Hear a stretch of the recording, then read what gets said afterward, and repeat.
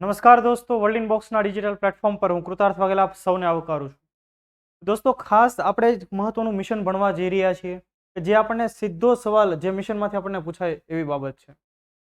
જો આપણે દરરોજ કરંટ યોજનાઓ વગેરે ભણીએ છીએ, ખાસ આપણે કાલે એક ફોરેસ્ટ ગાર્ડનો લેક્ચર અપલોડ કર્યો, સ્પેશિયલ ફોરેસ્ટ ગાર્ડ સંબંધિત કરંટ અફેર્સ। જો તમને ઇનિશિયેટિવ આખું પસંદ આવ્યું કે ભાઈ નહીં હાલો અમુક લેક્ચર ફોરેસ્ટ ગાર્ડ માટે સ્પેશિયલ હોય તો ખાસ તમે કમેન્ટ બોક્સમાં કમેન્ટ કરજો, આપણે વધુ લેક્ચર પણ એના માટે અપલોડ કરશું। આજે પણ ફોરેસ્ટ ગાર્ડ માટેનો એક લેક્ચર અપલોડ થઈ ગયો, તો બે લેક્ચર આપણે ફોરેસ્ટ ગાર્ડ માટે ખાસ ધ્યાને લીધા। જો તમારી વધુ ઈચ્છા હોય ભણવાની ફોરેસ્ટ ગાર્ડને સ્પેશિયલ કરંટ, છતાં તમે એ અંગે કંઈક કમેન્ટ કરી શકો છો, આપણે કંઈક ને કંઈક એ સંબંધિત મુદ્દાઓ ધ્યાને લઈ લઈશું, બરાબર। આજે ખાસ આપણે એક મિશન ભણવું છે, હર પેમેન્ટ ડિજિટલ મિશન। હવે આ જે મિશન છે ખૂબ ઇમ્પોર્ટન્ટ છે। અહીંથી સીધો સવાલ પૂછે કે આ મિશન કોણે લોન્ચ કર્યું, કયા ભાગરૂપે લોન્ચ કરવામાં આવ્યું, તો ઘણા બધા સવાલ આમાંથી પૂછાય।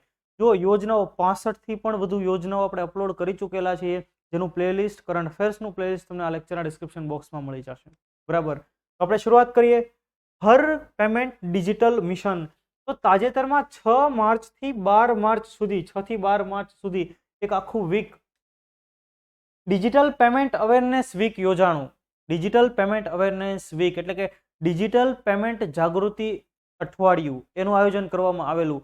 અને આ દરમિયાન રિઝર્વ બેંક ઓફ ઇન્ડિયા, જેને આપણે ભારતમાં બેંકોની બેંક કહીએ છીએ, એમને હર પેમેન્ટ ડિજિટલ મિશન લોન્ચ કર્યું હતું। Reserve bank of India RBI act 1934 અંતર્ગત 1935માં આરબીઆઈની સ્થાપના, ઘણી બધી વખત આપણે ભણ્યા છે કે ભાઈ જ્યારે એની સ્થાપના થઈ ત્યારે એનું વડું મથક ક્યાં હતું, કલકત્તાની અંદર હતું, એટલે કે હાલનું કોલકાતા। 1937માં એની સ્થાપનાના બે વર્ષ બાદ 1937માં એ વડું મથક ચેન્જ કરવામાં આવ્યું બોમ્બે ખાતે, અને હાલની તારીખે પણ આરબીઆઈનું વડું મથક બોમ્બે ખાતે આવેલું છે। ભારતની જે બેંક છે રિઝર્વ બેંક, એ 3 દેશોની બેંકોની બેંક તરીકે કામ કરી ચૂકેલી છે। ભારતની, પાકિસ્તાનની અને મ્યાનમારની બેંકોની બેંક તરીકે પણ એમણે કામ કરેલું છે। આ પણ બાબત આપણે યાદ રાખીએ, બરાબર। હાલમાં આરબીઆઈના ગવર્નર કોણ છે એ તમે કમેન્ટ બોક્સમાં કમેન્ટ કરજો, ખૂબ સહેલો સવાલ છે, બરાબર। તો આરબીઆઈએ આ ડિજિટલ પેમેન્ટ અવેરનેસ વીક 2023 દરમિયાન આ હર પેમેન્ટ ડિજિટલ એ મિશન લોન્ચ કર્યું હતું, જેનો ઉદ્દેશ એવો જ છે ભાઈ ડિજિટલ પેમેન્ટને પ્રોત્સાહન આપવું। અને યુપીઆઈ આવ્યા પછી જેમાં બૂમ જોવા મળ્યું છે એક અલગ લેવલનું છે, બરાબર। હવે લોકો 5-10 રૂપિયાનું પેમેન્ટ પણ ડિજિટલ પેમેન્ટથી કરતા થઈ ગયા છે। છતાં એ અંગે જાગૃતિ ફેલાવવા માટે થઈને, એ અંગે લોકોને જાગૃત કરવા માટે થઈને આ પ્રકારના અઠવાડિયાઓ ઉજવાતા હોય છે, બરાબર। તો આ મિશન એનો ઉદ્દેશ જ છે કે દરેક પેમેન્ટ ડિજિટલ થાય, દરેક ડિજિટલ પેમેન્ટની સરળતા અને સગવડતાને વધુ મજબૂત બનાવી, લોકો એનાથી જાગૃત થાય, લોકો ડિજિટલ પેમેન્ટ તરફ વળે, એ માટે થઈને ખાસ આ મિશન લોન્ચ કરવામાં આવ્યું છે। પણ આ મિશન અંતર્ગત ખાસ કોને ધ્યાને લેવામાં આવશે, તો કે ખાસ ગામડાઓને ધ્યાને લેવામાં આવશે। આપણા માટે ખૂબ ઇમ્પોર્ટન્ટ, તમે જુઓ કે આ મિશન અંતર્ગત પેમેન્ટ સિસ્ટમ ઓપરેટર જેટલા છે, જેને આપણે ટૂંકમાં પીએસઓ કહીએ, તો દેશભરના પેમેન્ટ સિસ્ટમ ઓપરેટર્સ જેટલા પણ છે એ લોકો દેશભરના 75 ગામોને દત્તક લેશે। 75 કેમ, તો કે આપણે આઝાદી કા અમૃત મહોત્સવ મનાવી રહ્યા છીએ, તો આ પેમેન્ટ ઓપરેટર્સ 75 જેટલા ગામોને દત્તક લેશે અને દરેક ગામડાઓની અંદર ડિજિટલ પેમેન્ટ અંગે જાગૃતિ ફેલાવશે, માહિતી આપશે અને લોકોને ડિજિટલ પેમેન્ટ તરફ વાળશે, બરાબર। અને આ દરેક ગામની અંદર 2-2 કેમ્પ યોજશે। આ અંતર્ગત 75 ગામોને દત્તક લઈને દરેક ગામડામાં 2-2 વખત આવા ડિજિટલ પેમેન્ટ સંબંધિત કેમ્પ યોજવામાં આવશે। આઝાદીના 75 વર્ષની ઉજવણીમાં તેમને ડિજિટલ પેમેન્ટ સક્ષમ ગામોમાં રૂપાંતરિત કરવા માટે થઈને આ મિશન લોન્ચ કરવામાં આવેલું છે। ભાઈ હવે આપણે ખાસ, તમને લોકોને ખ્યાલ જ છે કે ભાઈ હાલની તારીખે પણ ભારતની 60% વસ્તી ગામડામાં વસવાટ કરે છે, અને ગામડામાં રહેનારા લોકો કે જે ખાસ ભણી ચૂકેલા નથી, જેમને ભણવાની તક નથી મળી, અમુક કારણોસર નથી ભણ્યા, કે જેમને ડિજિટલ સ્માર્ટફોન ચલાવતા નથી આવતું પણ કીપેડ વાળો ફોન ચલાવે છે, તો કીપેડ વાળા ફોનથી પણ તેઓ ડિજિટલ પેમેન્ટ કરી શકે છે, બરાબર। એ મુદ્દો આપણે ભણી ગયા છીએ, બરાબર। તો આ અંગે જનજાગૃતિ ફેલાવવા, લોકોને ડિજિટલ પેમેન્ટ તરફ વાળવા માટે થઈને હર પેમેન્ટ ડિજિટલ મિશન।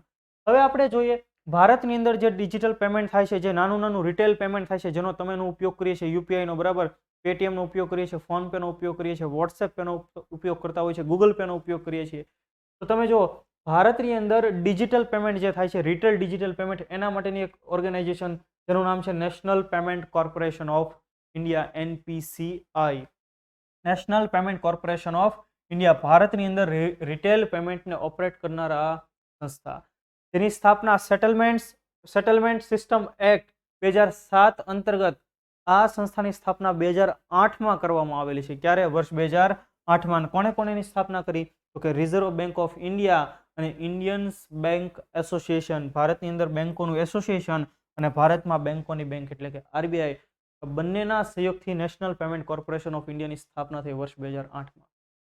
તમને થાય કે આ એનપીસીઆઈ શું શું કામ કરે છે, એની સર્વિસ કઈ કઈ છે? તો તમે જુઓ, આ એની સર્વિસીસ છે. આધાર ઇનેબલ્ડ પેમેન્ટ સિસ્ટમ એ એનપીસીઆઈની સર્વિસ છે.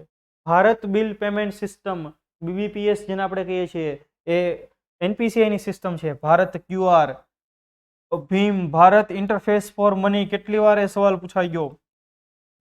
Bhim, Bharat interface for money, RuPay, UPI 1 2 3 pay. જો આ જે લોકો કીપેડ વાળો ફોન વાપરે છે, જેને સામાન્ય રીતે આપણે કહીએ ફીચર ફોન, તો એના માટેની આ સર્વિસ યુપીઆઈ 1 2 3 પે, આ પરીક્ષાની અંદર સવાલ પૂછાઈ ગયો અને એના પહેલા આપણે ભણાવેલો પણ હતો, બરાબર, પૂછાણો એ પહેલા.